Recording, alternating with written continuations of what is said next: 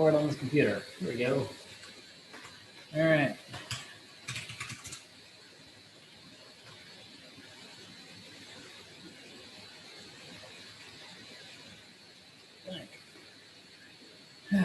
All right, so we know we're making a card game, and so we know we definitely need a deck class, right? We need a deck. We need to have a deck of cards. Well, if I think about what I just said, a deck of cards. So what else might I need? What is a deck made of? Cards. Yeah, so a card class as well. And so this is that idea of, again, composition. When I say a deck, you can picture all these cards, but yet I can also just say a card and you can picture a single card, right? When I say the word card, a single card pops in your head. When I mention a deck, you see a deck of cards. But yet at the same time, if we have a game, if we play the game together and the deck is empty, do we still have a deck in our game? Does our game still technically have a deck? Right? You can have an empty deck, right?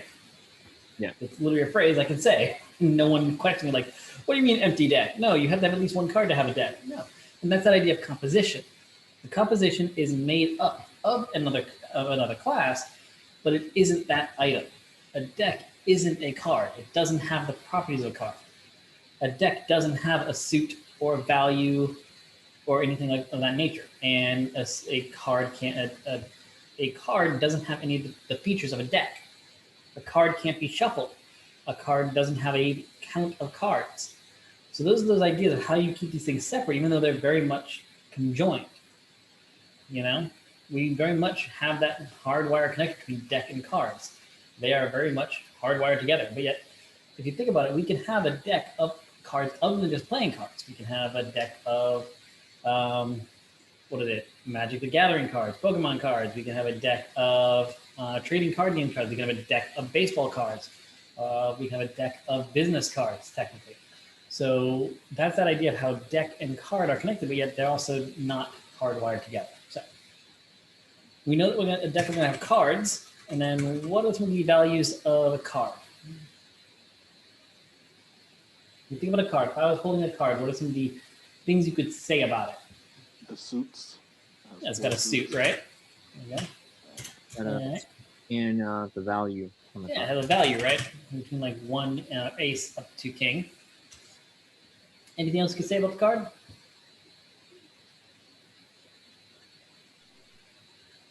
If you think in the real world, anything else you could describe the card? It has two sides. It has two sides. Rank. We have rank, so we have two sides, so More value. face up. We have rank, which I know that's a thing. I can't remember what that is. Like if it's a face card, like if it's a face card or not. What else did you say? Are we looking for attributes on how to describe the card? Anything you could say that describes the card. Any attribute that a physical card in the real world has. Power. What is it? Power. I don't know what that is. The Yu-Gi-Oh cards, you know how like they attack, power. Sorry, or just say we're going back to playing cards now. Okay. Or should have clarified that. No, good catch. What other things could you say about a physical card in the real world? Color. Yeah, what color it is. What else do we say? Yeah, the design of it. Design. Yeah. You say the weight of the card, right? Or material the card is made of. Weight. The height. Now, as I keep going through these, how many of these items does it matter in our game that we're about to create?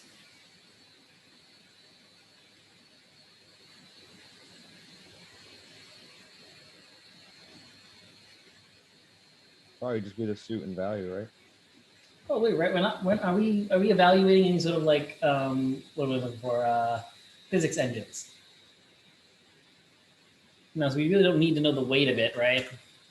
We're not doing any sort of physics engine stuff. The size of the card. Are we displaying the physical card in any way in our game? No, so we probably don't need to know what it's made of. We probably don't need the design or the color. And does rank really play a role in blackjack? No, right? Now, if you're going for the advanced version, face up is something you might want to deal with if you want to actually display face down cards with the multiple players. We do know in the actual game of the casino, you deal one card face up, one card face down. When it's your turn, your face down card gets flipped up, and then you play your hand. And then the next player's face down card gets faced up. The dealer keeps one card face down at all times. For the beginning, we can say, you know what?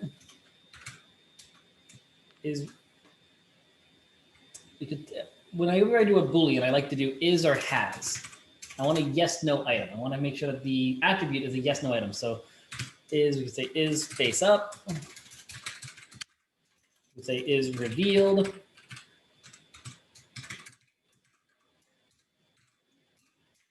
Is hidden. Which item do we like? Take a class vote. If you have a different idea for the name, let me know. Hidden's good. You like that? Is hidden? Everybody good with that one? I personally like it because it's the easiest to spell and most easy to follow. I didn't like revealed because it's one of those words that's kind of long and annoying. Face up is okay. It's easy, but it also has that double shift. So I'm a personal fan of hidden myself. So we'll go with is hidden. And what we can do in the beginning, of course, is we can just set that to true by default. Or sorry, set that to false by default so that at all times the cards are face up to start with. So if we do decide to implement the is hidden right away, we just set it to default true so that we don't really do anything with it at the moment. We can also just add it as a to-do. Just because it's here, we know that at some point we need it. We don't need to implement it immediately. This is our notes of like what we need to create eventually over time. So suit value is hidden. That's really all we need in the card. A card doesn't really do anything else, does it? Not really. So in a deck, we have our cards. What can I do with a deck? Really, a deck is just how many cards it has, right? That's the only attribute we have about a card, right? About the deck that we care about, right? How many cards it has. So there's no more attributes or descriptors of a deck. What the deck does, the deck is an action. It's a thing that allows things to take place, that allows actions to take place. Well, what are some things that a deck can do? Or that we can do with a deck?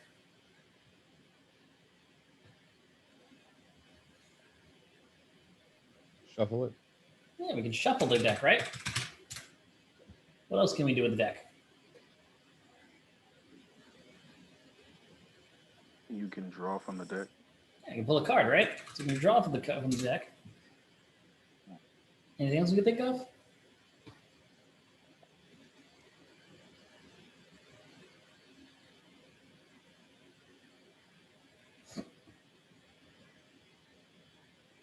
By the way, no is an answer. What was the question again? Is there anything else we can do with our deck? Shuffle, draw. Card,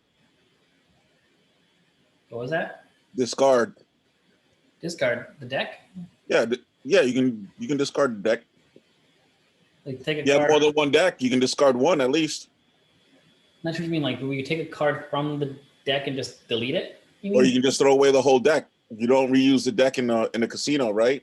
Yeah, we would just, for that, we could just reinstantiate it, but I guess we could do that. That's cool. All right. Discard, or we can call it rebuild. Yeah. One or the other. That could be, that's something else we could do. All right, that makes sense. I see what you're saying now. Okay. It's like rebuild the deck. I get it. Okay. I don't know why, but I felt like a card game where you discard the card from your hand into like a discard pile. Like, usually don't do that straight from the deck, but yeah, you can. And that could be a useful tool from like, I guess Texas Hold'em, but I guess you could always just draw the deck into a discard. I don't know. Anyway. Anything else we can think of?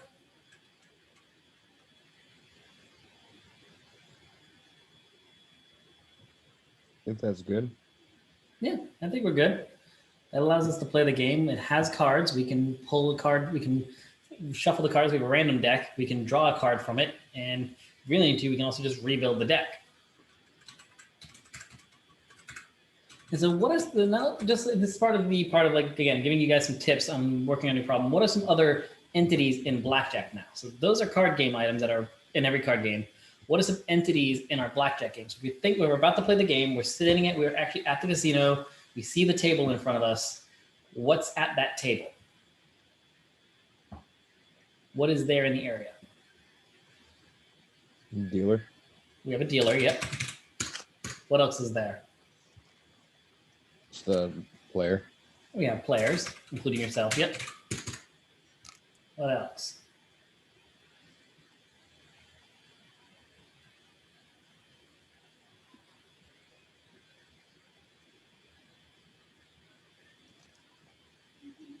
So again, go through the game of blackjack through your head. So we have so you go up, you stand at the table, the dealer's there, the deck's there, the dealer picks up the deck. What do? They shuffle it, and then what else happens? They deal. They deal. The They cards. deal, and then what's in front of you then? Your hand. Your hand. Yeah, we probably have a hand class, right, to store for each individual player. And then one other thing we can also say is, I did kind of hint at, I gave you kind of a full hint. There's one more item that I like to have in this one. Again, you might want to at least list. We may not use it, may not realize it's necessary, but there's two more objects definitely. But there's one object that I hinted at that isn't as obvious. I would say it's the money or chips, but True, but we could always put that as a wallet inside the player, and that really doesn't. We don't really need physical chips for this game. It would make sense in other games. We actually have to. We want to denote them, but really in this case, it's just a value, right? We're not actually putting physical chips in the game. Right. So, but yes, that would be one you might want to think of if you're actually building a 3D rendering of the game, where you actually were displaying stuff. 100%, that would be an object. What else is there? What did you guys walk up to again? The A table. Right, the table, right? Where are the hands? You don't usually hold the hand in your hand, do you? You actually have it face on the table. Yeah. And then the last thing, what's controlling the rules of the game right now? We have a card in the deck, we have the dealer, the player, a hand in the table. And then again, this kind of fits back toward, and then where do these rules come from for the game? Daniel Blackjack. They come from the game, right? The rules for the game blackjack are from the game blackjack. And so you're mostly going to have the game class, or more accurately, the blackjack class. One of them. So they're going to call the blackjack class the game class. Most likely the game class in the blackjack package. But we have that game class, and that's going to do all the logic, right? That's going to help you control the logic. And so this is a pretty good item. Next up you want to do is kind of, next thing you guys will end up doing, and then I want you guys to kind of think of using this, is really think about the ownership of items. And this one you got to be careful on, because 9 times out of 10, a lot of you are going to think, well, oh, player has a hand, dealer has a hand, table has players, and the game has a table. But always think about what alternatives there could be. Because really, does the table have players, or does the table have players and hands? The table kind of has both, right? And then in the game of blackjack, are you bound to have only one hand? Or could you have more than one? you can have more than one. How?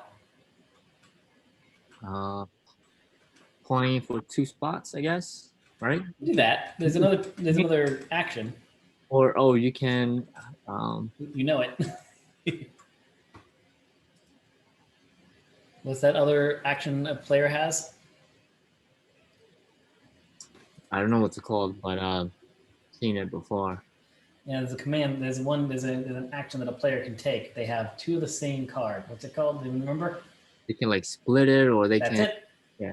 Yep. If you split your hand, you actually now have 2 hands for that player. And so now you got to decide, okay, does that mean each player has hands, and the dealer has a hand, or could you say that the hand has a player? And so this is something that can be interesting in this type of game, where you can actually kind of play around with the ownerships and really decide, how do you want to line these up? Because then, of course, we could have a table of hands, and we could just iterate through the hands and say, okay, well, whoever's owner of this hand, we're going to ask that person for their action. Otherwise, we go to the player and be like, well, the player, okay, for this hand, what is your action? And then for this hand, what's your action? We kind of have to then, there's a little more dizziness possibly. And so really debate on how you want to stitch things together and play around with it a bit more in this one. That's why I like this one. There's a fair argument to say that the hand has an actor, either a player or a dealer, instead of saying that the player has hands and the dealer has a hand, because then it makes it a little more complicated. When you say that the hand has an actor, it could be either a player or a dealer, and it makes it a little more open. Because then you can have a hand with them, they can have multiple players, you can have a player and a dealer, a player, AI, or a dealer, and you don't have to iterate through each actor, you can iterate through the hands only. And so that could be an interesting approach. So really, this one you really want to play around with who owns what. What is the composition here? And that's going to be an interesting challenge for you guys on this one. So really think about it. Again, having it either way, you can make it work. You can have the player have a hand and the dealer have a hand, and it'll work. You can have the hand have an actor, being a player or a dealer, and it will work. The table can have players, or the table can have hands. Either one you can make it work. But it's one of those items to really think about, what can you create? What's the optimal item that's going to make my life easier? And that's why the planning phase is a huge part of computer development, of software development. Planning it out is going to save you a lot of effort. It's going to save you a lot of headaches down the line. If you just start blindly typing, you could create something that, while yes, in the long run might work, you're going to end up having to write more code to kind of make it work. You're going to have to kind of MacGyver it a bit more. And while MacGyver can pretty much make anything happen, sometimes it seems a bit janky what the end result is, right? And so definitely take that planning phase. And what I can say about planning phases, you are allowed to work with a classmate on a planning phase. So in a planning phase, because you're not coming up with any code, you can kind of have that back and forth discussion with your classmates to kind of decide, well, what are some options we have? Here's what I'm thinking. Here's what I'm thinking in the game. Here are the actions I'm thinking of. Here are the properties I'm thinking of. What do you think? And that way, someone may be able to come up with a property of one of these classes that you may not think of.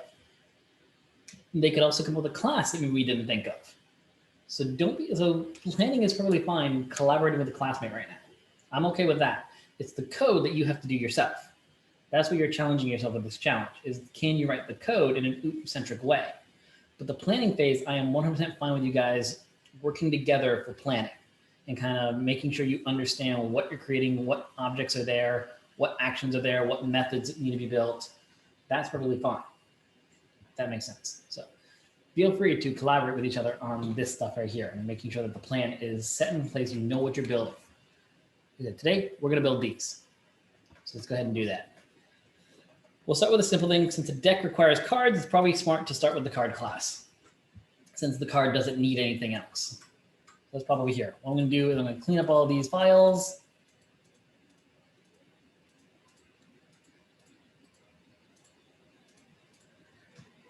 Minimize these a bit. I'm going to create a new package.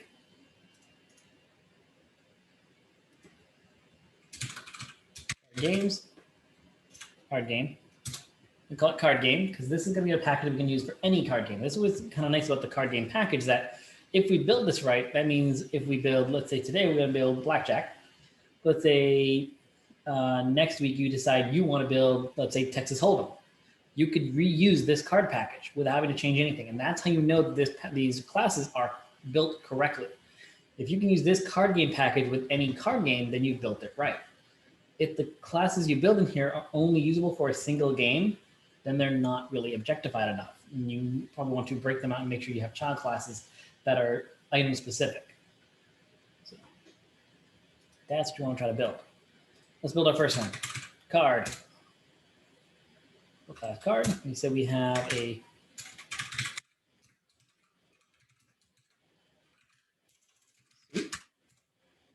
with private int value. Those are the two items we came up with.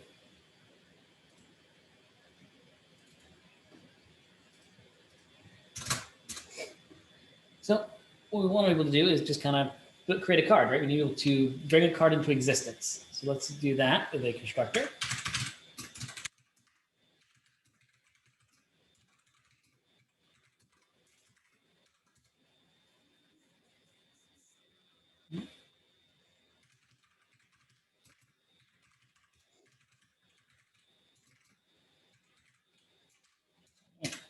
Typing sweet, I don't know why. All right, And so those are the only things we came up with. We had string, int, and then we also had your private bool is hidden, boolean. And right now we're just going to set that to false by default. We're not going to implement this system yet. We're not going to actually utilize it yet. We're going to have it. We're not going to utilize it yet. All right, so is there anything else we need to do with this? So the value is going to be an integer. And does that work for all cards? Are all cards numbers? All right. Elaine's shaking her head no, and that's true, right? We have a couple cards that aren't actually a number. Yes, they have a numerical value, and that's what you want to keep in mind. So if I tell you queen versus jack, which one is better? Queen, right? You know that queen's better. If I ask for king versus queen, which one's better? I hear more voices, people. I think you're all muted. King is better. Yeah. Now, it's not because of alphabetical order, is it? Queen is farther in the alphabet than jack. So you could first say, well, yeah, that's why the queen's higher, because it's alphabetically higher. That alphabetical number of the Q is higher than J. But that doesn't work when you compare queen against king. King is lower on the alphabet, so it's not an alphabetical item. So really what you want to remember is that technically each card, even though some of them have face values, actually have a numerical value. Ace has a numerical value of, what is the numerical value of ace? 1 and 11. Well, that's in blackjack. But ace as a whole has a numerical value of 1, right? yeah. How many symbols are on the card? There's only one symbol. There's one heart or one diamond or one club or one spade. So that's why it actually has a numerical value of 1. Now, depending on the game, it can have a value that is higher than king or considered higher than king, where in some games it's considered a 1, like in the term we're going to use for straights. Now, on the other hand, our jack, queen, and king, they don't necessarily have a numerical value per se, but they do have a numerical value that allows them to be better than or worse than others. We know that jack is better than 10, so it tends to have a numerical value of 11. Queen then gets 12, and king gets 13. So those are your numerical values of those items. We want to display that, right? We want to display king, not 13, right?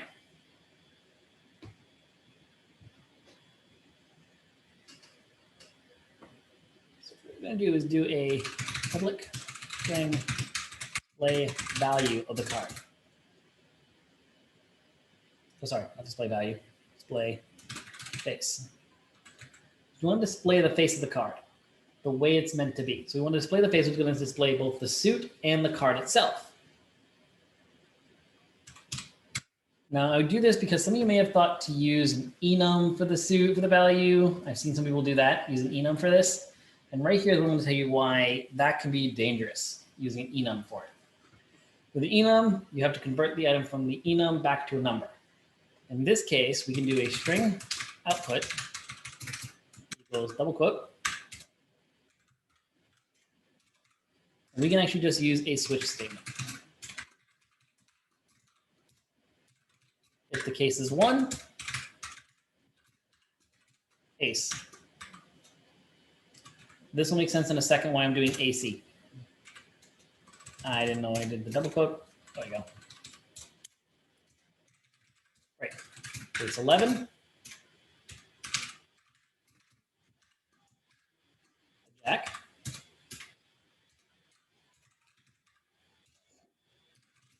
Case 12. Queen. Break. Case 13. Output equals king.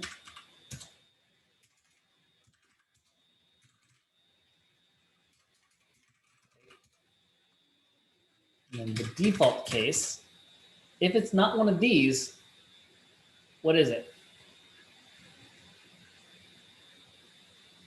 Was that Elaine? I think you muted. Face value. It's the value of the number, right? It's the value of the value. The 2 is a 2. The 3 is a 3, and so forth. And we want to display the number then. If it's not one of these 4 right here, we just want to display the number. Now, what I do want to make sure I do is that if it's anything less than 10, I do a space and then the number, or a 0 in the number, because I want to make sure I take up 2 positions. That's why I did this. We know that with the 10 card, we have to take up 2 characters, right? The 10 card, I have to display 2 characters. I have to display a 1, 0. So that's why I decided to do these with the items. Because I could always have just done A, Jack, Queen, and King, right? With just a single letter. But I know that with the 10 value, I have to display 2 characters. There's no way for me to reduce that one. So I realized, you know, every single one, the numerical value, the numerical position, or the face value of the card is going to take up 2 positions, while the suit will take up 1. What equals, I'm going to use what's called a ternary expression here. You guys remember this from React? It's equal to 10. Integer dot string value. Otherwise, we'll do a empty string or a space plus the value. Now, why did I not do the toString here? The integer dot toString method on this one. Anyone know why I didn't have to do it on this one?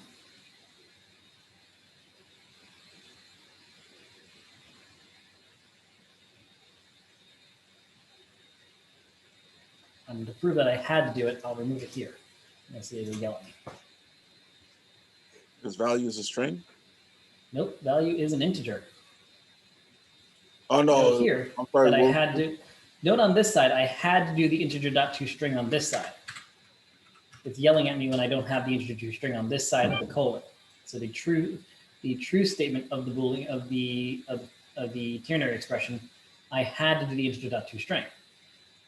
But here on this side with this expression here, I didn't have to do the toString method. Does anyone realize why?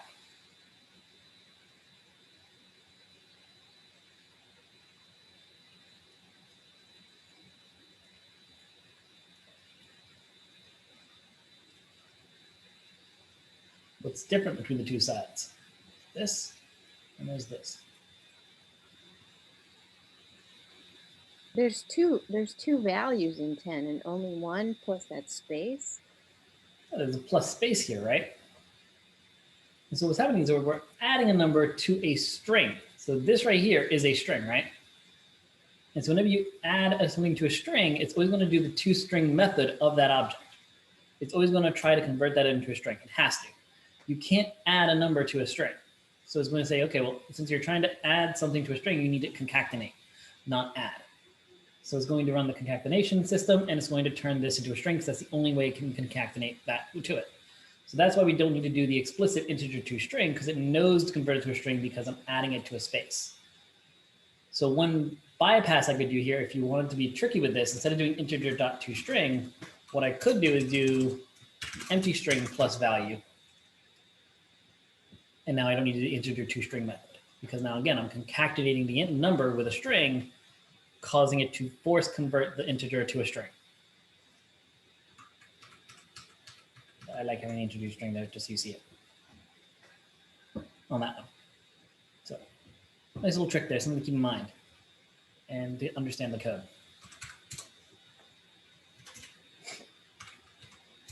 Now that we have our output value, we're just going to return our suit plus our output.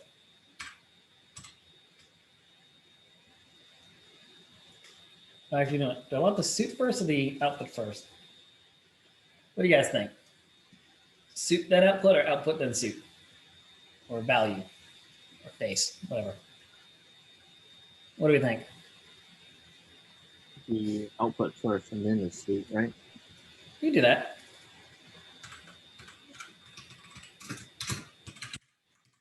You can do that. Guess it's more just whatever we feel aesthetically pleasing. So now here's the thing. In here, do we see any references, though, to those numbers, to the 1 through 13, or do we see any reference to the suits? I don't have the suit values that a card could take here. I don't have the values that a card could take here. Does the card actually know what value it could have? right? It doesn't, right? A card only knows about itself, right? If I hold up the ace of hearts, that ace of hearts doesn't know what other cards are in the deck, does it? It doesn't know what other cards it could have been, does it?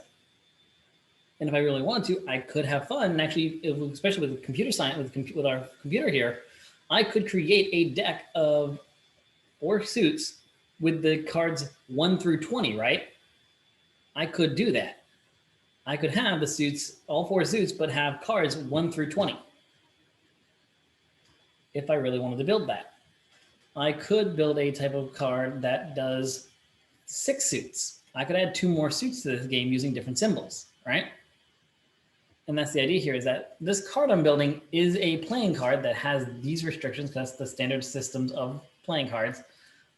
But the card itself doesn't know what potential it has. It doesn't need to know that stuff. The deck can have that, because that's when I ask you guys for a deck of cards, if I ask you for a card, is there any set card you're going to grab me? No, right? You're going to grab either a random card from a deck of playing cards. Some of you, if you're a card gamer, you might grab a card from one of your card games. Apparently, David might grab me a Yu-Gi-Oh card.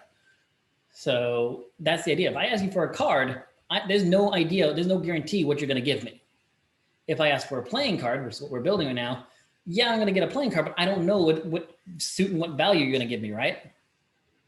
It's completely random what suit and value card you're going to give me.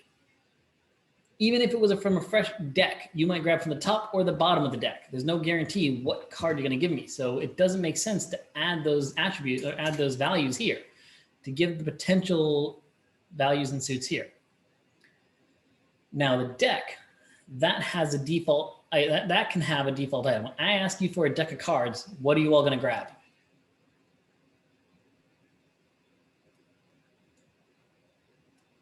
All the cards. Yeah, if I ask for a deck of playing cards, you're going to get the standard 52 deck card, right? Ace through king, heart, diamond, club, spade, right? Unless it's a pinochle deck. But that's the thing. I'd have to ask specifically for a pinochle deck, right? Right. So there is a default behavior of asking for a deck with no, if I have no particulars, and if I just say, hey, get a deck of playing cards, you're just going to go grab that. Now, what Elaine just pointed out, if I said, well, hey, grab some cards so we can play pinochle, that's a overload. That's an overload, which is me now adding a conditional to say, hey, get a deck of cards, but get a special deck of cards. So do something different because I added this special extra addition of I need this deck of cards for a certain game. And so now we're going to build the deck differently. So that could be an overload that we would have. That makes sense, right? But that's the idea. If I ask for a deck of cards with no parameters, with no specification, everyone here, I'm fairly confident going to grab the same deck of cards, the same type of deck of cards for playing card games. A 52 card deck, ace through king, 4 suits. But unless I add a stipulation saying I want a deck of cards for a specific game, then we might build it differently. So the deck is really going to decide what cards get created, right? So let's build our deck.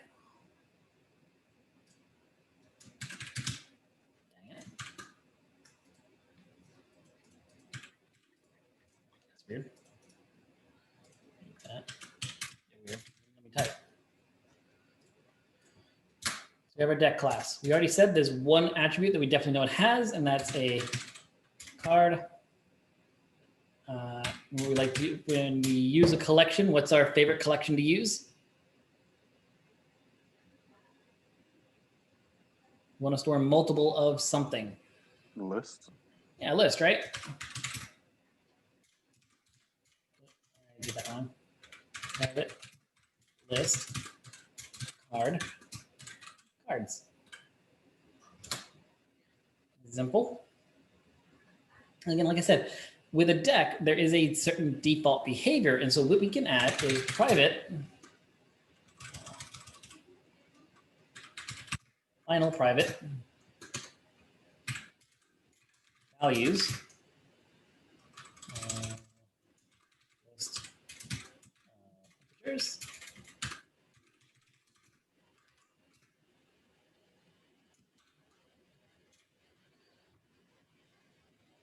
Do this again.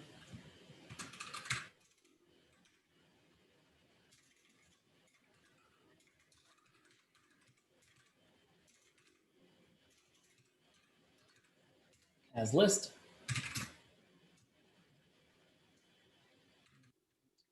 Okay. And you do that. 1, 2, no.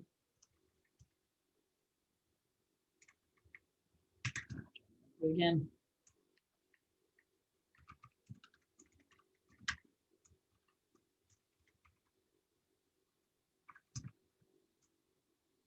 Wait a minute, I think we just do this, right? I tried to overcomplicate it again.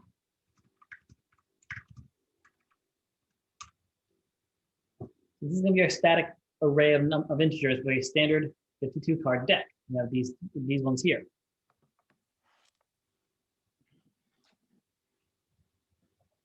I'm also going to do final private list string suits.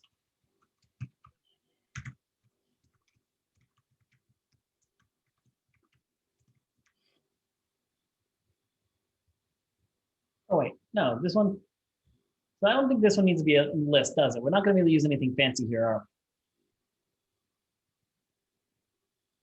We're not going to be adding or removing anything. So why use something so fancy as a list? Let's just do int array this time.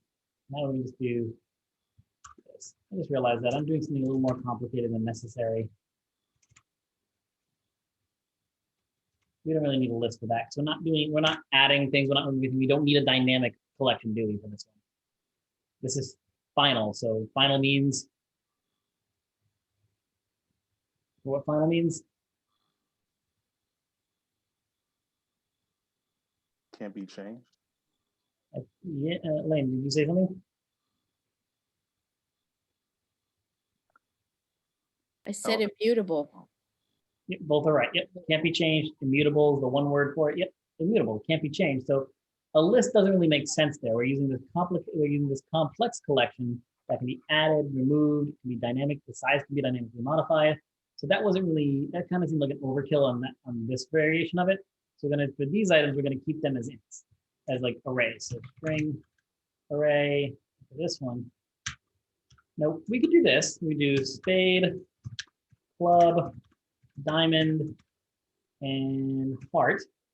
That kind of sucks because Unicode actually provides these characters. That's how old card games are. The card games, again, were before computers, and so those are some of the first computer games that were built, were card games. And so you can actually go online and find the Unicode for those characters. Come back here for a quick, and do Unicode heart. See it right there, right? So the heart one, click on this for a second.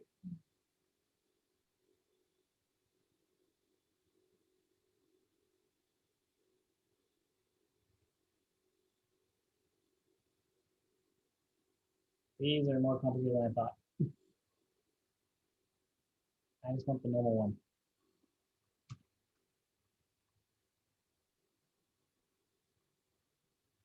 I got him. There it goes. I don't want the fancy one. So I pasted it. I hit back twice and it brought on the simpler one. That actually still doesn't look like the one I actually used before. Oh, did you find it? I think so. This is it. There it is. Yeah. So you can either copy this guy, paste it in, or you can actually then type in this U plus 2665. Watch this. So, let me go in there for a second. I create a main class. For a second. Let me do this quick. New package.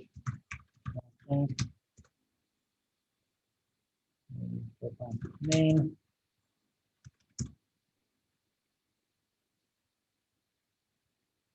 Oh, the shortcut to building the main method. I don't know what it is. There it goes. Okay, just type in main and hit enter. Okay, good. That's out. I type in that U plus 2665. At first, you might think it's going to actually print that U plus 2665, right? And we're going to run the other main. Hold on. Don't do that. I'm trying to run this. What? I didn't think that. This did work a little while ago.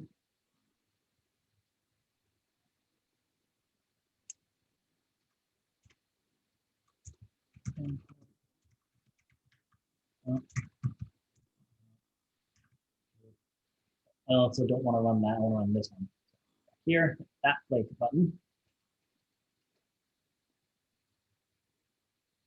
Oh, it still did it. Wait a minute. What?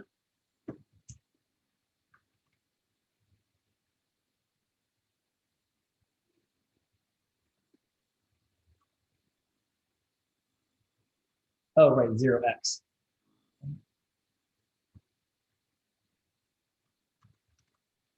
Not you. 0x. That's what we do. I don't know the debugger. It's still not doing it. Oh, wait.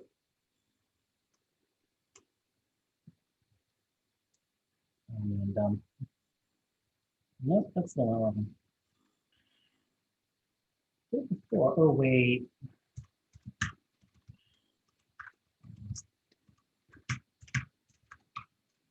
There it goes. Forgot /u. I keep forgetting the syntax. /u for Unicode, and then enter the number of the code you want. You hit play here. That's it. I remember now. There it goes. See? So /u tells the system, I'm about to give you a Unicode code. So take the next series of numbers as a Unicode item and print it out. Note that the /u is a U16. It only takes 4 digits. It will not take any more than that. So it's not a 32-bit one. Note here how it shows that. We have UTF-8, UTF-16, and UTF-32. Note that the /u will take a UTF-16 at most. There might be another way to do the 32 version, but I'm not sure. I'm not aware of how to do it at the moment. I haven't looked into it because I haven't needed it. So I don't really care. Again, I look up things as I need it. But this is how you can do that. What I'm going to give, though, is I'm going to paste the 3 items you want into Slack so you can add them to your code. Because I've already looked them up before, and I don't want to look them up again. So, feel free to take that and paste it into your array. Go back to our deck class. Take these, and I'll paste those in. So now we have the 4 symbols. Looks pretty good, right? So you have 4 symbols that each take up a single character. So now we don't have to worry about spade, club, heart, and diamond being all different lengths of words. We use a single character space for each symbol. Looks good, right? Let's build a deck.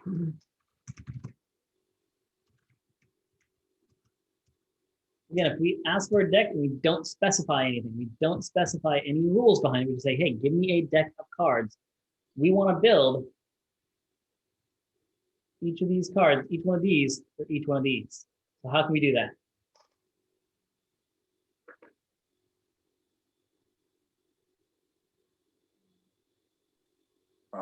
You make a nested for loop. Yeah, we do a nested for loop, or for in or for each, right? Yeah, we can do that. Just going to do a for int. Now we want to loop through the suits first or the values first? The suits first. Yeah, so that's what's going to happen. That's what would happen in the deck of cards, right? They're each bundled into each suit. So you can see all the hearts first, then all the, or I don't know the order, but you see all of one suit, then all the next suit, then all the next suit, then all the next suit. To do that, we're going to do, our outside loop is going to be our suits, and our inside loop will be the values. So for string, I'm actually going to just do our suit, suits. We'll do the capital suits. Yep. For our value in values. All we're going to do with this is build a card and add it to our deck, right? Add new card value. Suit. That sound good? Very good. before I go any further, I want to test this. But to test this, I need to be able to grab a card from it. I need to know that I actually built a card. So let's go ahead and just simply do the easy one, public card draw. I just want to pull a card from it. Turn.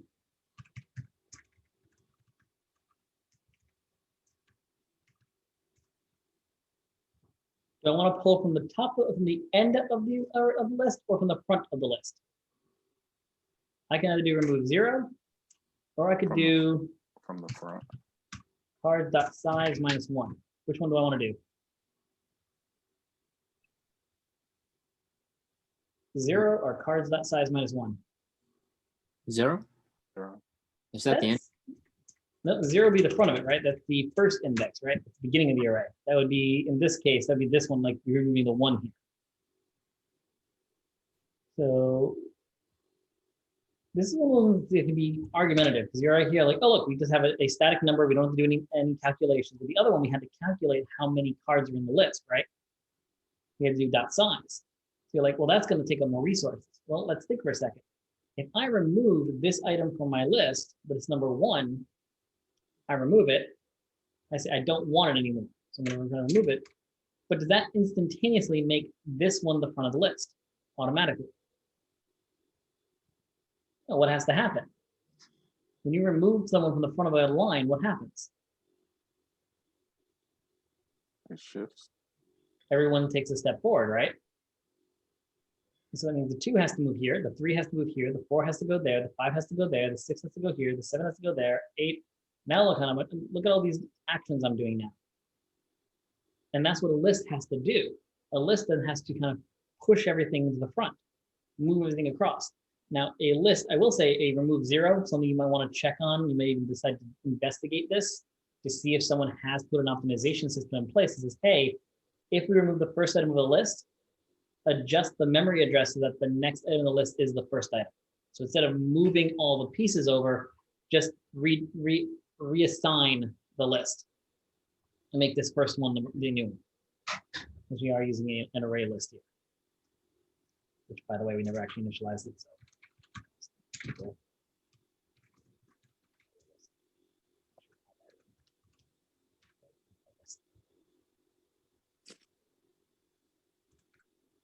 So there's an argument to be said that yes, while 0 sounds nice, it looks clean, we may end up adding in a whole bunch of processes for the very first time we pull a card, 51 shifts of data over. That could be a bit more calculated. That could be a bit more on the calculations, couldn't it? At least on the processes. Maybe we're not doing a lot of calculating, we're doing a lot of processes, aren't we? There's a bunch of cleanup happening. So 9 times out of 10, you'll see people remove from the back of the list. You'll see this most often. Dot size -1. You always seem that people have to grab from the back of the list. Then we just take that one out. We remove it, and we just tell the system, hey, our system is now only 12 long. It's not 13 items long. That makes our life a little easier.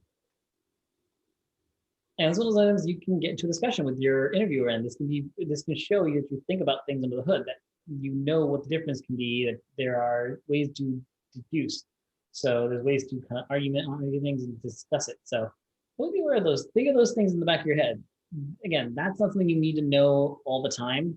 I'm here to kind of open your eyes to these things, give you a little peek under the hood. You can see why you might see this more often than like, well, why don't they just do the 0?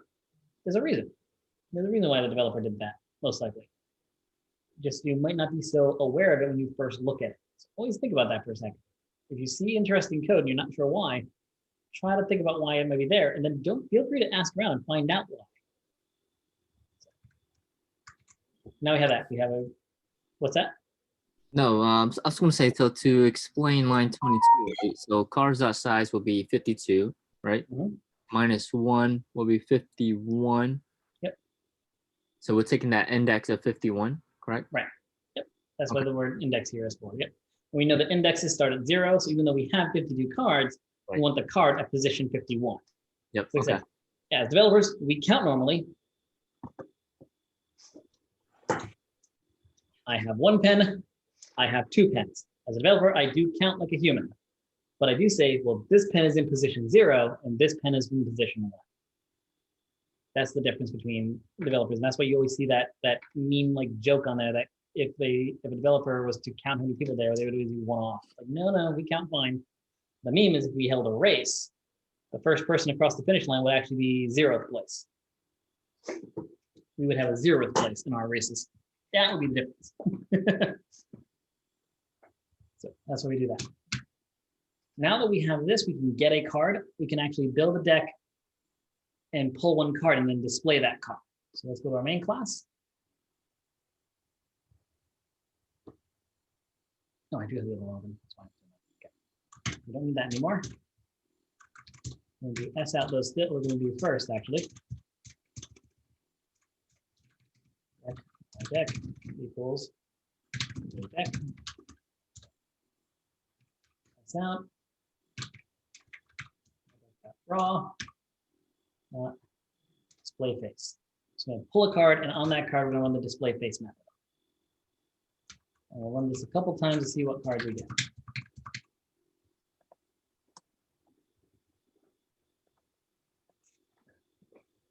And that looks about right, right? King of diamonds, queen of diamonds, queen of jack of diamonds, 10 of diamonds, 9 of diamonds. Looks like it built the items in a row. We're getting them from the back forward. So we go back to our deck and see, yep, 13, 12, 11, 10, and diamond was the last suit it did. That's good, but that's not how we want to draw cards, is it? That's going to be a very easy game of blackjack to win, huh? Both the dealer and the player are always going to get 20 each. No one's going to ever win. We gotta shuffle it up. So we need our shuffle method. So, anyone know how to do a shuffle method?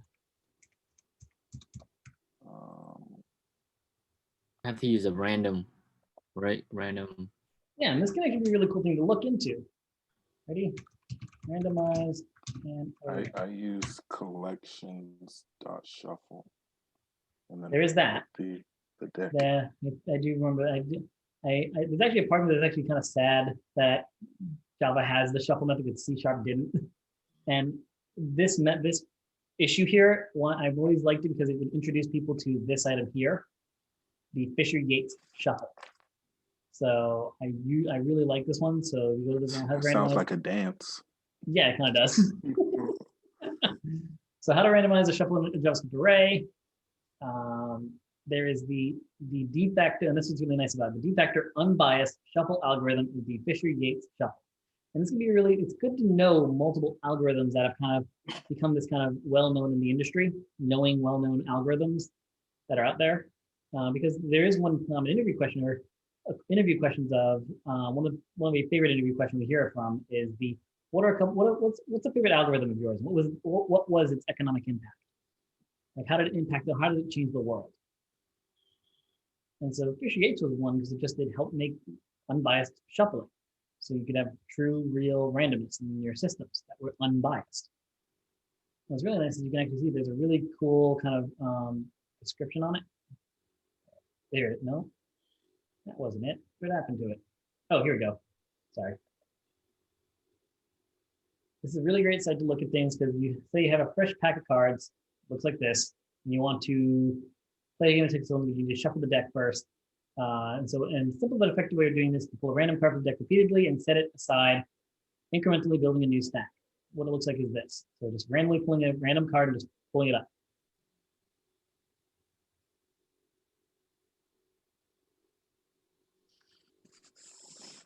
Makes sense, right?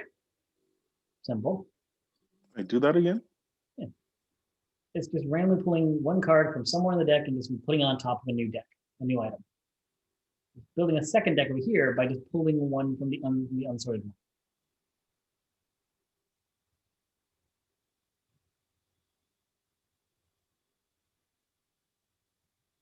Imagine you have a deck and you're holding it in your hand. You just randomly lift the card, pull a card, put it down.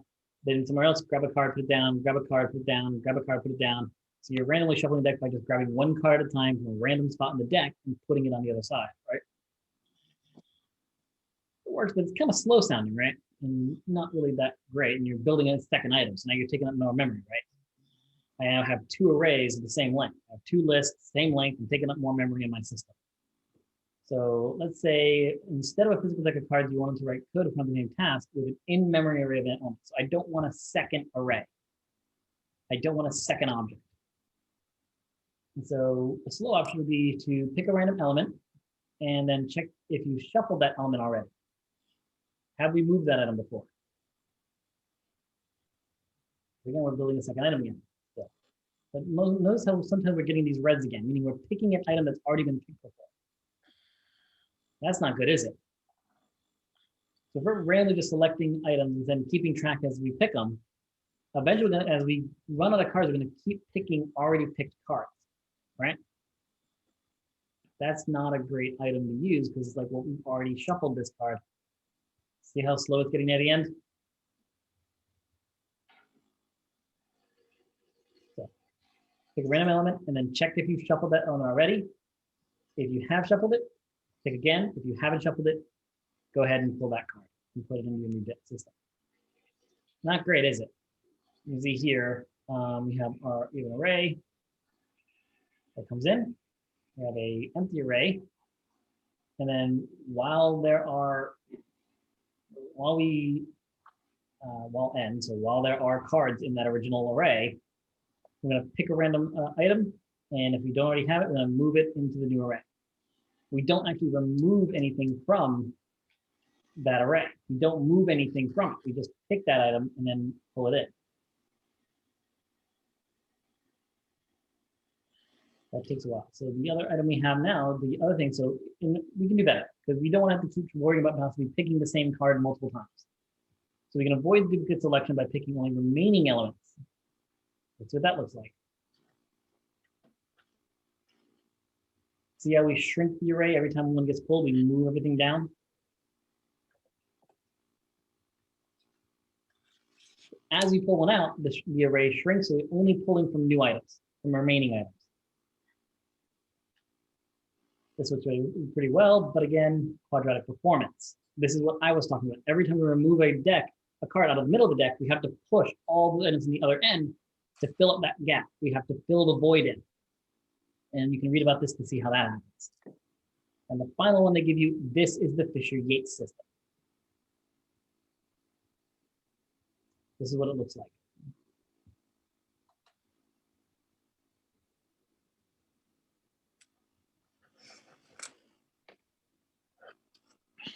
Kind of cool, right? It kind of shuffles the whole deck and slowly moves all the way down to the other side. Everything over here is fully shuffled, and it just keeps moving things around between here and there. The main item is that it grabs a random item, moves it to the last item, and moves that last item to where that other one was originally. So it picks a random item in the array, moves them, but then no longer includes that last item. That last item is now considered random, is now considered shuffled. So as it pulls one card and puts it to the end, it's no longer going to select that last card. And so it does, then it picks another card from the available area, moves that card to the end, and moves that other card back to the original position. Watch how that happens. We see how there are now slightly random cards in the middle of this selectable area. So I highly recommend going through and looking through this. It's really cool information to see how we slowly improved a shuffling system. And most likely, this is what's being used when you do collections.shuffle. It's using this Fisher-Yates system. Sound good? Now you could, of course, implement it yourself if you want to actually implement the code. What we're just going to actually use collections.shuffle for the time being. Just to make our life today easier so we can get down to the other code. What I like about that is just exposing you guys to these other items, making sure you take the time to be like, well, if I didn't have this fancy feature, if I didn't have this tool in my language, could I still do it? And how could I do it? It's a really nice mental exercise. It can help grow your knowledge on code by deciding to say, you know what, if I didn't have this utility method of collection.shuffle, could I still do it? And how would I do it? Always feel free to ask yourself those things. I'm going to do a void on this because the shuffle is not going to give us anything. It's just going to randomize the deck. And we're just going to do collections.shuffle and give it cards. That's all we're going to do here. Like I said, feel free to actually try implementing the Fisher-Yates algorithm. Make sure you're aware of it. This is one of those nice algorithms. There's tons of them out there you want to look into. If you're ever not feeling up to coding for a day, you're like, I'm just not feeling like coding, look up an algorithm. Learn about algorithms. Everyone here should know what is one of the most impactful algorithms ever hit the world, and made a giant company. Like she knows it. She knows it. Well, let's see if anyone else can give me one. What is one of the major algorithms that any developer should know? You guys use it on a daily basis. In a massive company. I know it. It changed the internet. Christian's jumping in. You couldn't have given a better clue than that one. I couldn't, or I could. Okay, couldn't. I'm just saying you couldn't. Got it, gotcha. Hey, Christian.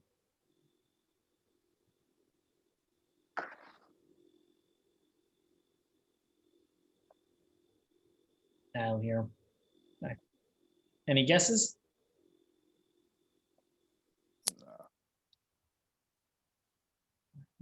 Yeah, you don't have to know it. Just take a guess. You maybe even take a guess at the company. What was the clue? So the clue again, we're looking for is one of the biggest. It's one of the biggest algorithms out there that made a gigantic company what it is today. It is something you as developers use on a regular, almost daily basis, I'm sure, especially when you're coding. And it changed how the internet works.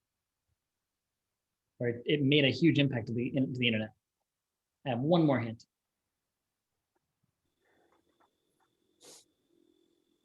The name of the company is now a verb.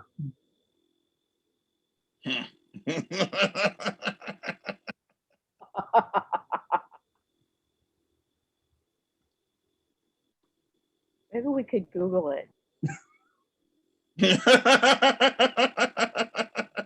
It's Google then. So that's the company. Do we know the algorithm that made Google what it is? Do we know what it's called? It's 2 words, or Google blank blank. I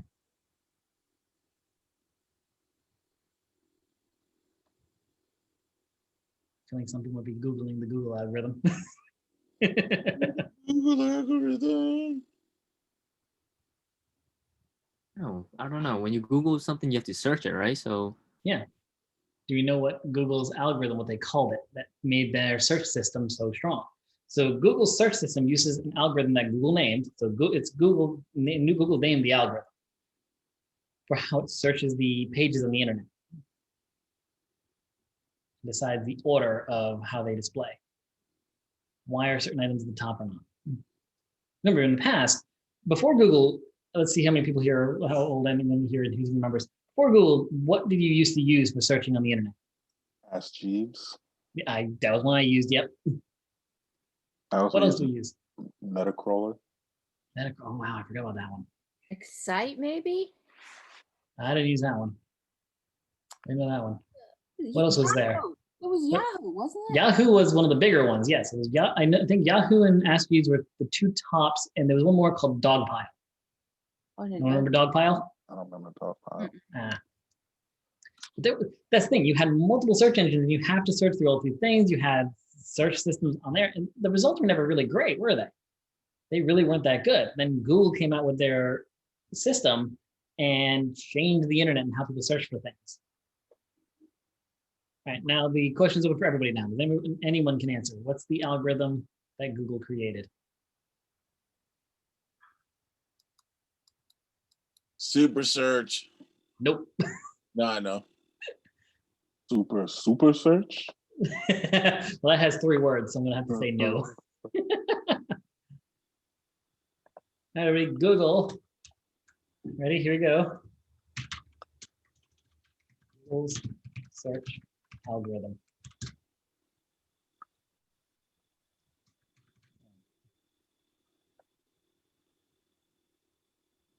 PageRank. PageRank. Yeah. PageRank, that is the algorithm used by Google to rank web pages in their search algorithm. It's how they rated pages to know what should go at the top and how things should be sorted in the Google system. That's the one they created back when, I believe they actually created this system back when they were called Backscratch, not Google. So yeah, by the way, that I think it was what Google's original name was, Backscratch, wasn't it? Something like that. Google's original name. Backrub. Oh, that was it. Not Backscratch. Backrub. That's a horrible name if you ask me. Horrible name. Yeah, Backrub it. Could you imagine people saying backrub it? Yeah, nope. Really is like, yeah, nope, not happening. So yeah, they went from Backrub to Google. That's when they changed their name. I think if I remember correctly, the name Google came from the term Googleplex, which was a giant number, how many results or how many things they were trying to search. So I'm pretty sure that's where the name came from, Google, and the term Googleplex.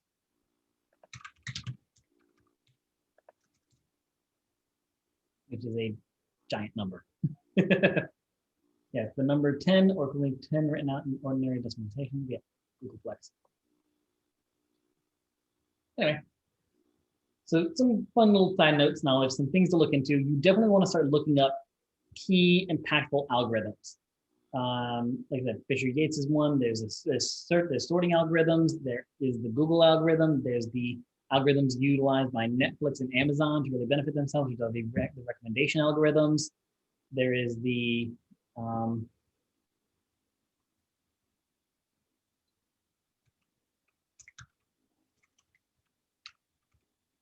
Dijkstra's algorithm.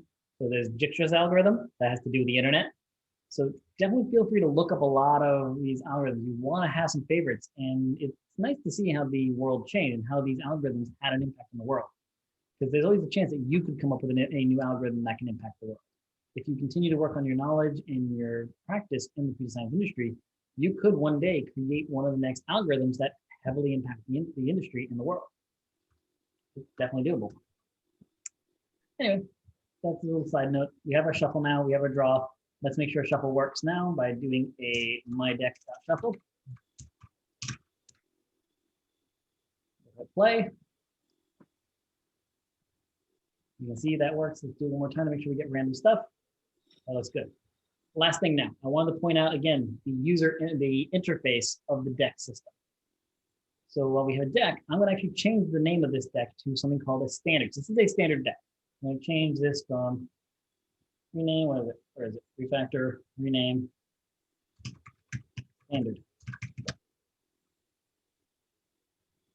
Refactor. Okay. And now I'm going to add in a new double class interface deck. And so when we have a deck, there's only two things we need to be able to do with it in our current system. We need a void shuffle and a card draw. Those are the two methods our deck needs to do, right? We need to be able to shuffle that deck and draw from that deck. Now, what happens when you hit the shuffle method? The interface doesn't care. What happens when you draw a card? As long as we end up with a card, we don't care, right? We'll go back to our standard deck to implement.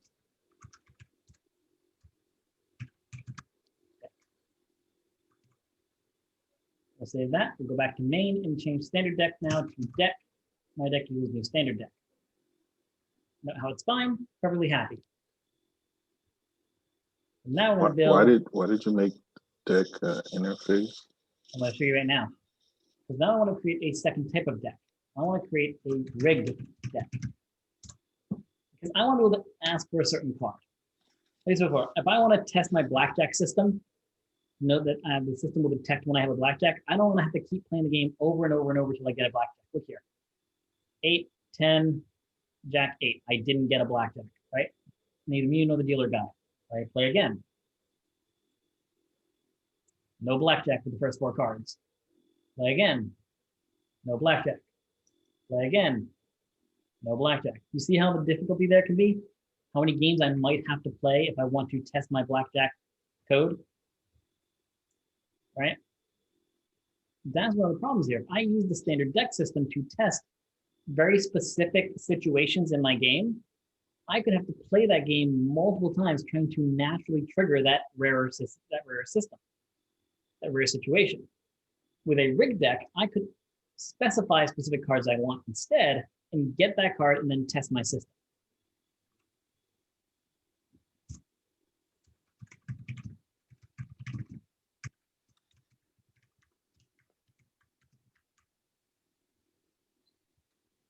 Is that right?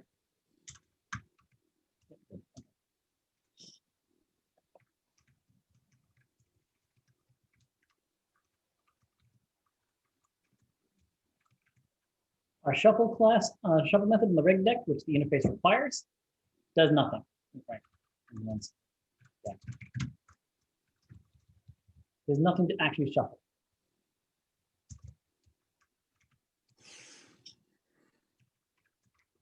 Oh, we want to draw. And now we need to build a card. We're going to build a card by asking the terminal what value and what suit do they want.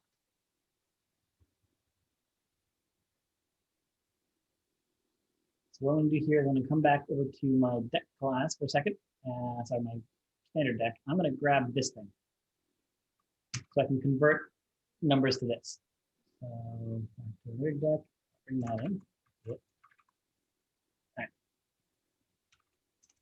All right. String. Oh, we'll do it right. Maybe I'll just bring in the console from the bank tool system because we have a way of getting numbers from that. All right, yeah, we're having that. We'll use that. Let me go and look at that again. Actually, let me save myself some effort. We want to get number here, right? We want to get numbers. Let's bring this console again. We're going to use it, but we're not going to implement the UI on this one. So we're going to copy it.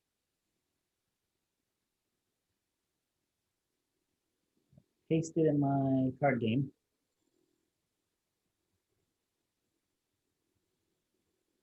And I'm going to not implement the UI. We're just going to use it.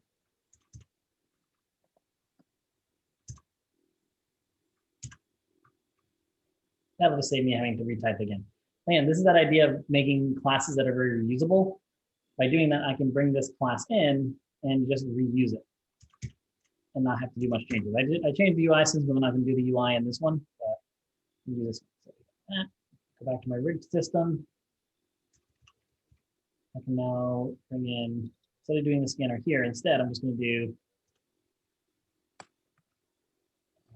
int, value equals console from card game. Oh, it's not static class, is it? It's not. Okay, I have to implement. I have to instantiate it first. Console.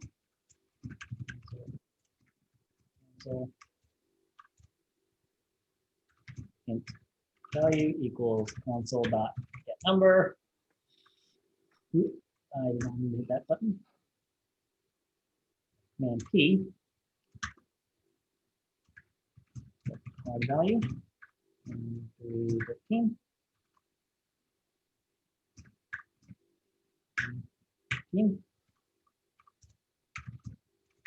Suit equals console dot get number.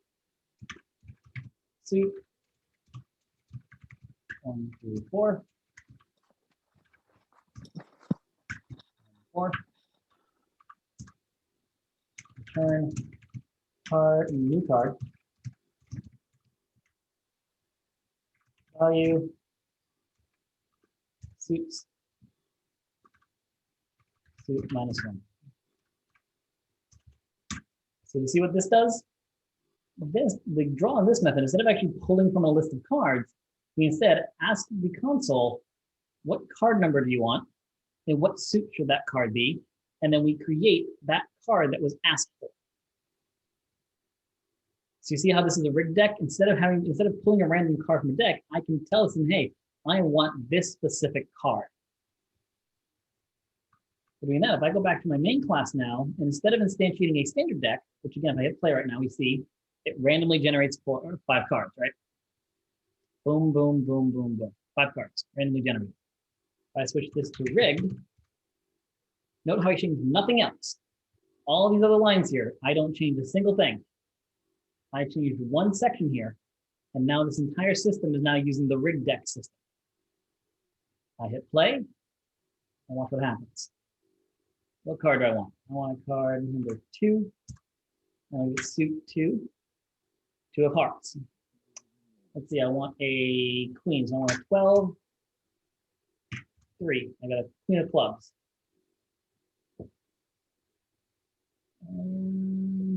Will, what card do you want? I want the ace of spades. Ace, the 1, and then the spades. I don't know what number that is, but if you go look at the deck class, sorry, the rigid card class for a second. Spade is the first one, so suit 1. Ace of spades. Amelia, what card do you want? Wait, did I say Chang? Sorry. What card do you want? Let's go with 7 of hearts. Hearts. That should be the second suit then. Okay. And the last one, Richard, what card do you want?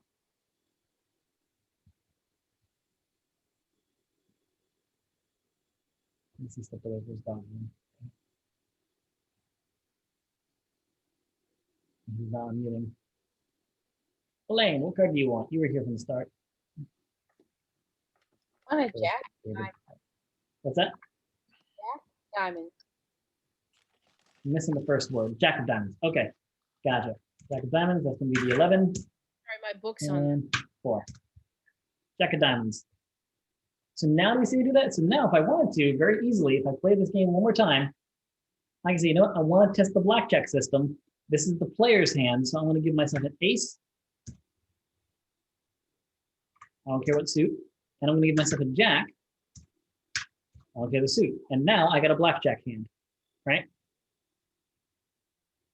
I give myself an ace and a jack, and now I can confirm, does my blackjack system work? Just like that. And all I did was change one line of code from using the standard deck to the rigged deck. And at any time, I can now very much switch back, right back to the standard deck and go back to a standard game right away. So I go back to standard, I refresh that, I don't have to do all those lines there. And now I'm back to just getting the cards dealt to me randomly without asking for what card I want. And so this is that benefit of the interface. The interface allows me to get items or interact with a system, but not know how that system implements itself. I don't know how it's shuffling cards. So if I don't want to use the collections.shuffle system, I could have a different implementation that uses the Fisher-Yates system. And I could even implement a different deck. I could create the Fisher-Yates deck, which copies the standard deck, but just uses the Fisher-Yates system instead of the collection shuffle, where I implemented my own version. It could even be a child class. I could create another system that uses another shuffling technique. So there's really interesting items there. I can even use one that doesn't shuffle at all, but instead the draw method just pulls a random card from the deck and doesn't actually remove it though. To remove it, just gets the card and sends it back. There's multiple different deck variations I could use, and by doing this deck interface, I can implement whichever one of those decks I want at any time and just use that one for the rest of my game. Interface allows you to hot swap similar items. Anything that is that item, anything that is a deck that has these two methods, I can hot swap at any time and use that version instead of the one I was using before. And I simply change one line where I implement which one I'm using, or I instantiate whichever one I'm using as that interface. So as long as I change this, everything else will work exactly the same. All other lines of code will work normally by simply instantiating a different variation of that interface. See how that works? Definitely play this a bit more, but this is that idea of interfacing. being able to easily swap between things and not necessarily knowing how those methods are implemented, just knowing that they will be there so that I can use them. The last thing, again, to keep in mind with all these methods is the... What's up, you've been doing with that lately, huh? What's up, David? I'm talking to my dog. Ah, gotcha. Just checking. The other thing you want to keep in mind is look at how simple and small each of these items are. This has just the minimalistic code it needs. It's just, there's nothing more needed except just the variations. That's it. What I could say here, by the way, if you want to make things simpler, look into what's called a hash map, and you could build a hash map for this kind of one-to-one parallel. We know that ace is 1, jack is 11, 12, 13, and then anything else does that. So there could be a way to simplify this a bit more if you want to, instead of using a switch statement. I'm not too concerned about it. It's fairly small, only really 5 items. It's not a big deal. Again, the main thing you want to keep in mind is just how simple every single thing in here is. All these methods are short, small, and completely minimalistic.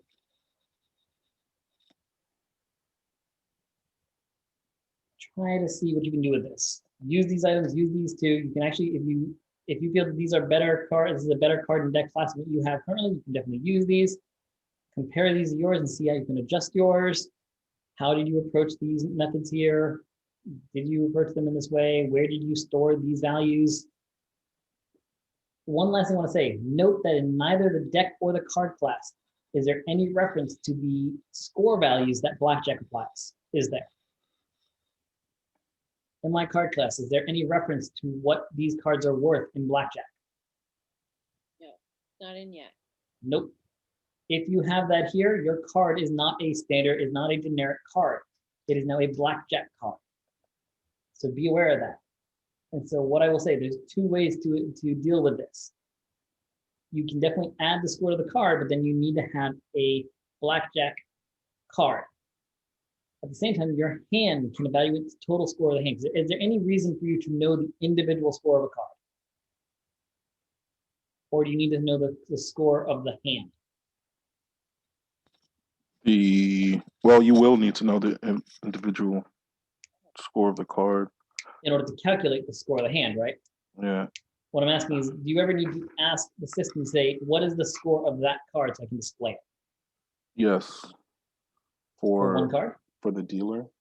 For the dealer's hand. I think Yeah, again, but they still need to know the whole hand, right? No, when they have one card flipped over.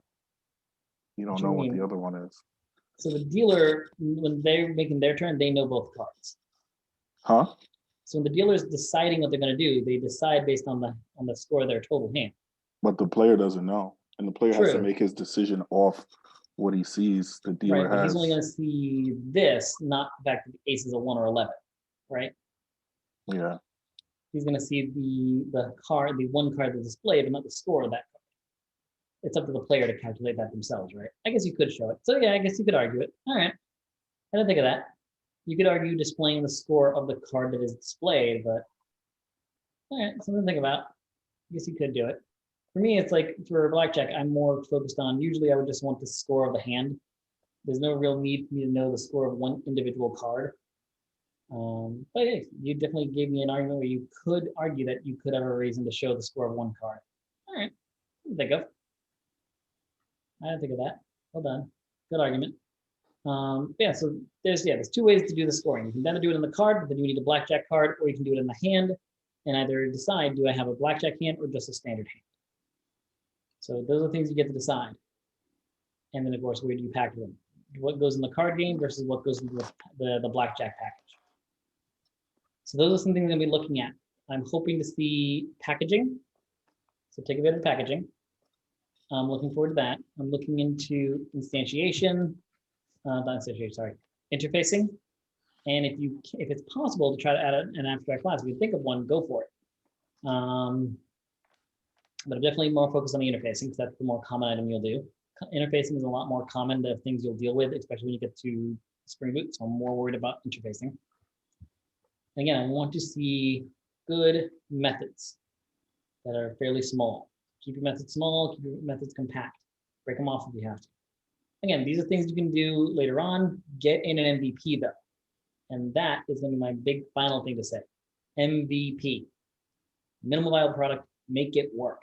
Get the game to play. I don't care if so you're trying to go here is if you're trying to land a plane, you're trying to get a plane that takes off and lands. I don't care what it looks like. I'm not looking for comfort.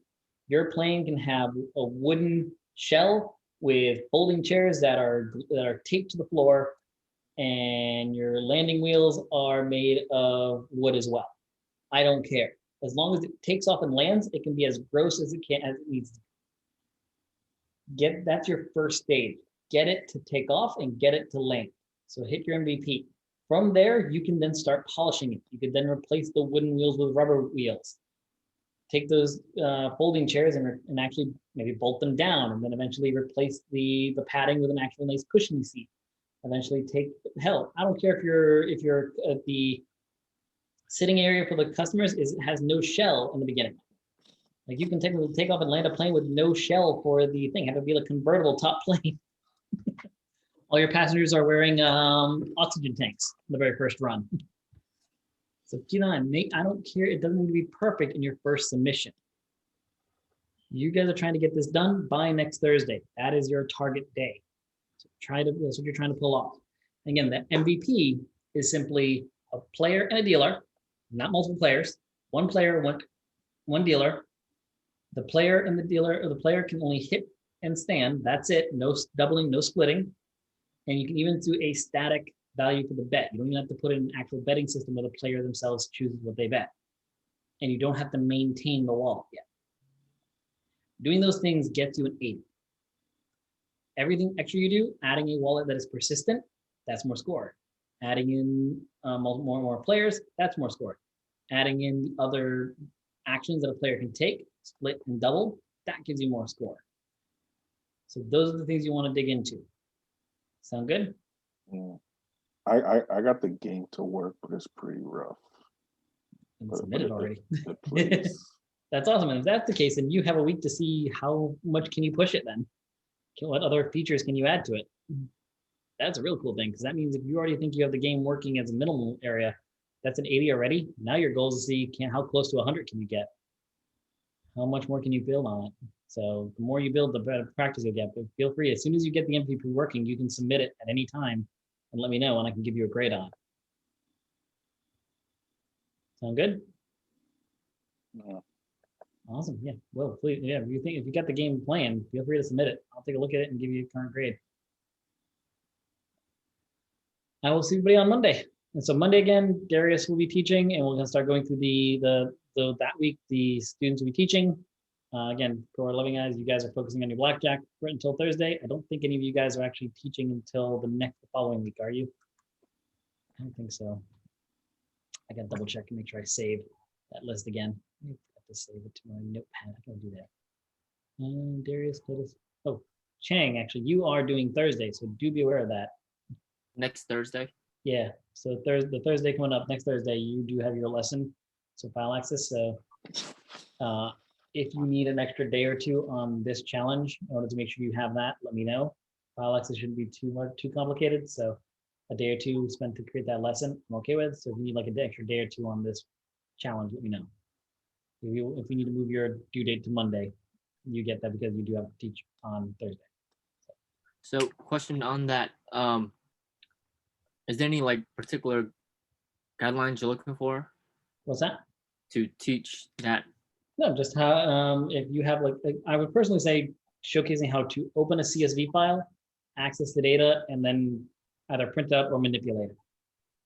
So just do something with it via Spring Boot. So you have a CSV file. So if I had to give you a situation that you're trying to teach, you have a Spring Boot server that's listening for incoming connections. When a GET request comes in, it triggers the system to go ahead and read a file that's local and process it.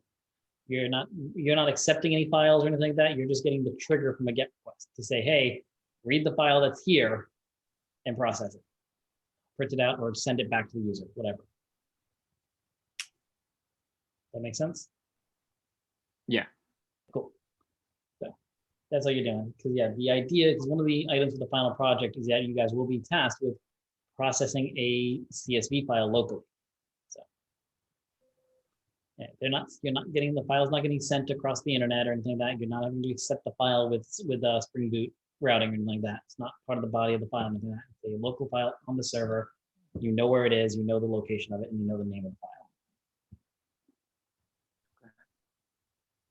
All right.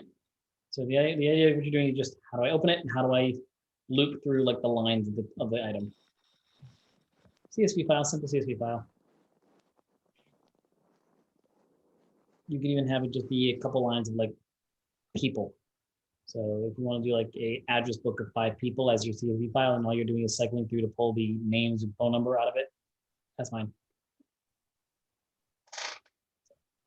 And this is up to you guys. Gotta really figure out what can you bring in, how can you teach. I'm gonna let again. It's more up to you. More of what I want to do here is kind of give you guys some confidence in your own research ability and own ability to find stuff. So I'm giving you some ideas, but whatever you come up with, that's what I'm gonna go with. All right. Okay.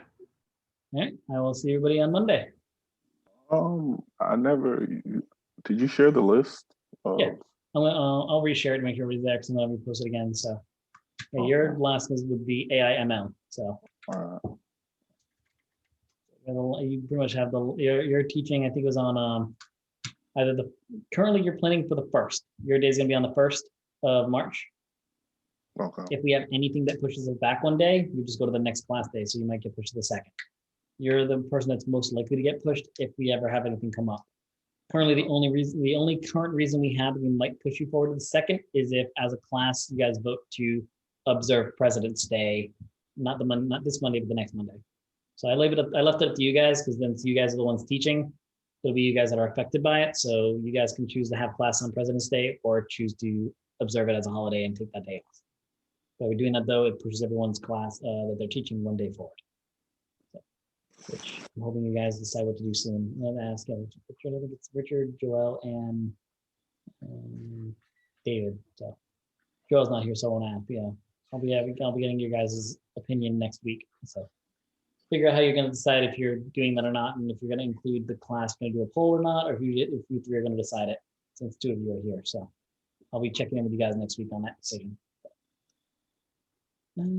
Copy. Cliff, can you push the code up and Yes. upload the video? Yep. You push the code first.